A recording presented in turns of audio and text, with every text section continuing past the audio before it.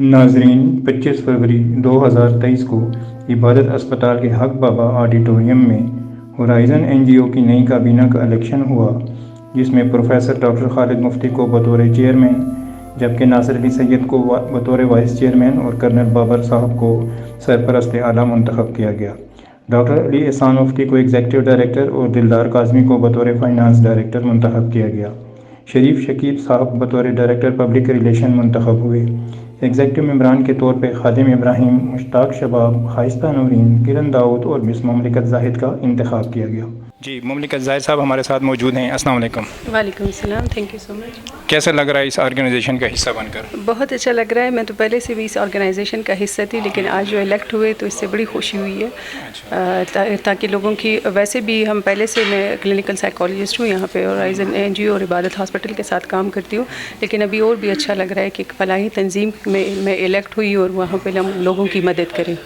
اچھا، یہ بتائیے گا کہ سائیکاٹری میں جو کلینکل سائیکاٹرسٹ ہوتے ہیں، سائیکالوجی جو آپ لوگوں نے کی ہوتی ہے، تو کیا اپنا رول ادا کرتی ہیں؟ اس میں کیا رول بنتا ہے آپ کا؟ میں کلینکل سائیکالوجسٹ ہوں، تو سائیکالوجسٹ کا یہ رول ہے کہ جہاں پہ لوگوں کے مسئلے مسائل ہوتے ہیں وہ ہمارے پاس آتے ہیں۔ اگر کوئی کسی فیملی ممبرس کے ساتھ شیئر نہیں کر سکتے تو وہ ہمارے ساتھ شیئر کرتے ہیں، اور ہماری کوشش ہوتی ہے کہ ان کو ایک ڈائریکشن دے دیں اور ایک پازیٹیو آؤٹ کم ہو اس کا۔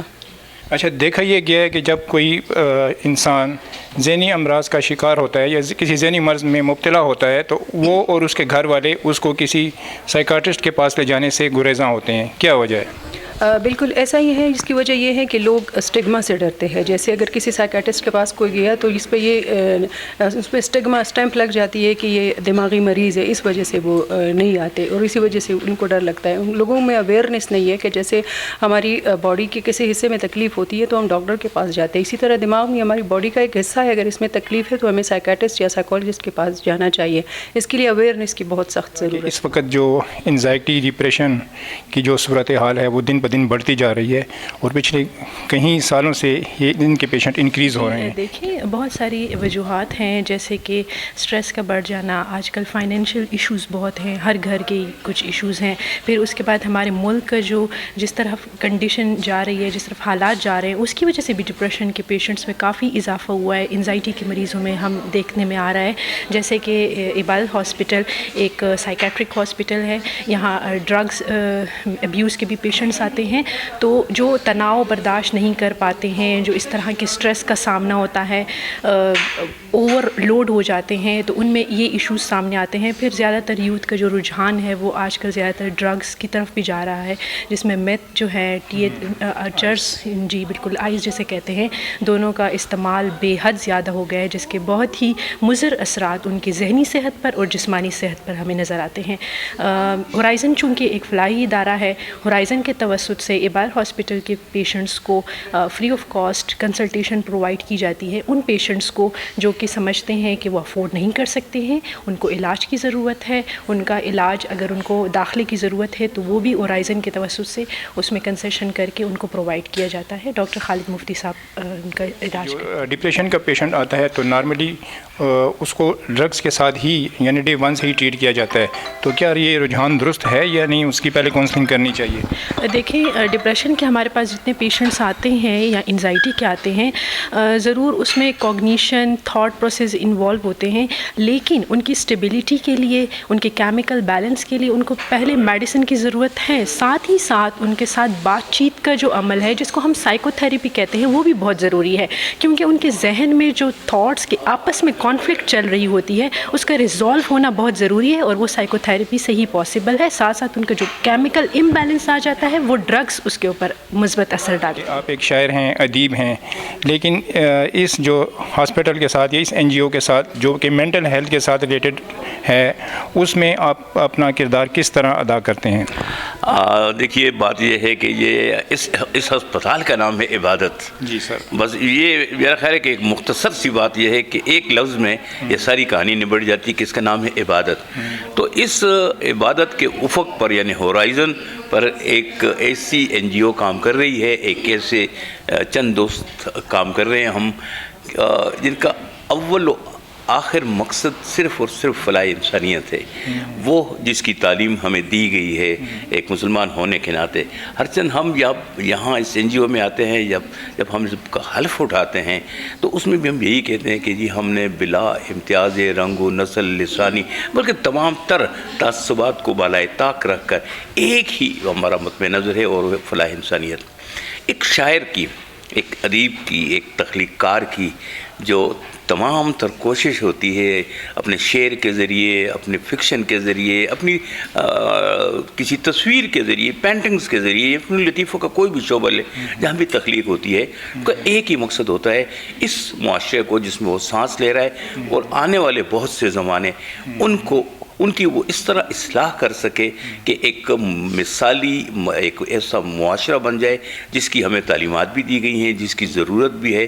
امن اور سکون کا وہ پرندہ جو ہم سے روٹ گیا ہے، ہماری کوشش ہوتی ہے کہ اس کو منا کر لے آئیں، اور اس طریقے سے ہم اپنی کوشش کر رہے ہیں. خدمات تو بہت بڑا لفظ ہے، خدمات ہم کہاں ادا کر سکتے ہیں، یہ تو حق کوئی بھی نہیں ادا کر سکتا، اس کے لیے تو کئی زندگیاں چاہیے.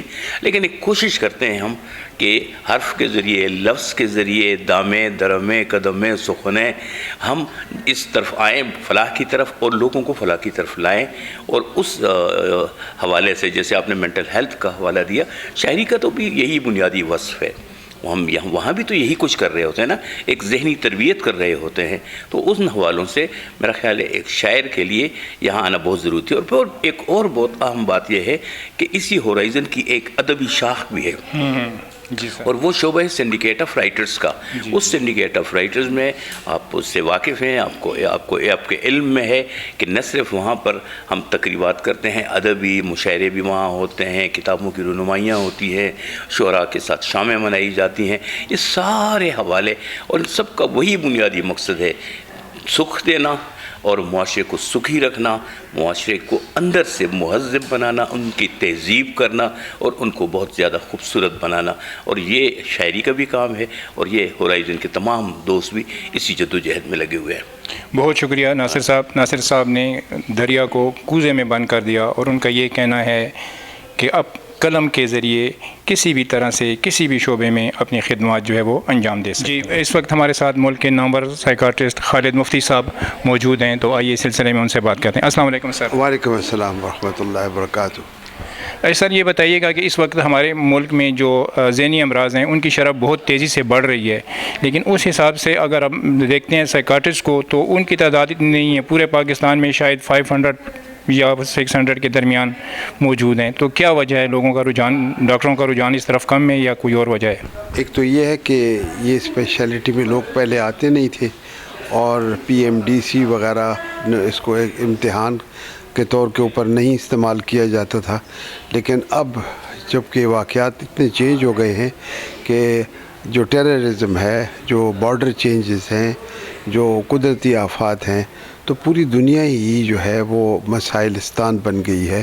اور اس کے لیے ضروری ہے کہ ذہنی صحت کے جتنے بھی مستعمل اور جتنے قابل لوگ ہوں ان کو لایا جائے، ٹرین کیا جائے. ڈاکٹر صاحب یہ بتائیے گا کہ اس وقت آئس کا استعمال بڑی تیزی کے ساتھ پھیل رہا ہے، تو اس کے تدارک کے لیے کیا کرنا چاہیے، کیا اقدامات کرنے چاہیے؟ دیکھیں، ہورائزن کی طرف سے تو ہم نے شروع سے ہی نشاور چیزوں کے خلاف جہاد کیا ہے. 1980s سے لے کر جب پوسٹ افغان وار کے بعد یہاں پر ہیروئن شروع ہوئی، پھر اس کے بعد دیگر نشے شروع ہوئے. آئس وغیرہ یہ جدید نشے جو ہیں یہ انسان کی ذہنی سوچ میں خلا پیدا کر دیتے ہیں. اس خلا کے اندر ایک شک پیدا ہو جاتا ہے، اور وہ بعض اوقات ایسی حرکات کر بیٹھتے ہیں، اچانک ان سے قتل ہو جاتے ہیں، اچانک ان فیملی لائف خراب ہو جاتی ہے، یہ ایکسیڈنٹس ہو جاتے ہیں، اپنے بچوں کو نقصان پہنچا دیتے ہیں، اور خودکشی کے بھی شکار ہو جاتے ہیں. یہ سب نشے بڑے خراب ہیں. اس کے لیے ہمارے پاس اسپیشل یونٹ ہے اور ریہیبلیٹیشن سروسز ہے جو کمیونٹی بیسڈ ہیں. اور ہم نے بے نظیر یونیورسٹی کی سائیکالوجسٹ کو 20 میں ٹرین کیا ہے. ایک مریض جب آتا ہے جو نشے کا، خاص طور پہ آئس والا، تو اس کے بعد اس کو فالو اپ کیا جاتا ہے، ریلیپس پریونشن، کہ پہلے کیسے بچے مزید نشہ نہ کریں. جیسا کہ آپ کو معلوم ہے کہ ہم اس کو کب کہیں گے کہ ایک شخص جو ہے وہ تسلی بخش طریقے سے نشے کو ختم کر چکا ہے. تو 3 چیزیں ہیں، وہ ہے نمبر 1 کہ drug free, number 2 crime free, number 3 gainfully employed امپلائڈ. یہ 3 چیزیں جو ہیں اگر مین پاور جو ہے یہ کسی بھی صورت میں ہو سکتی ہے.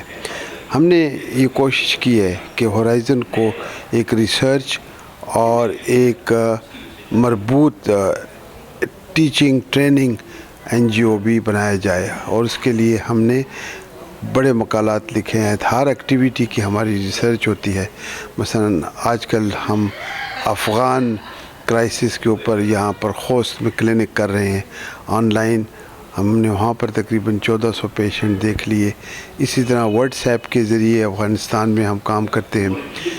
یہی نہیں، اگر ہم پوری ہسٹری آپ اٹھا کے دیکھیں تو 2005 کے زلزلے سے لے کر اور افغان شروع میں 2011 کے بعد کے واقعات کو دیکھتے ہوئے، اور پھر اس کے بعد جتنی یہاں پر سیلاب آئے، اور پھر دسمبر کا واقعہ 2014 کا جو واقعہ ہوا ہے، دردناک واقعہ آرمی پبلک اسکول کا، ان سب نے ہم نے پراپر شیئر کیا، اور وہ بین الاقوامی طور پر مستند کتابوں اور رسالوں میں چھپا.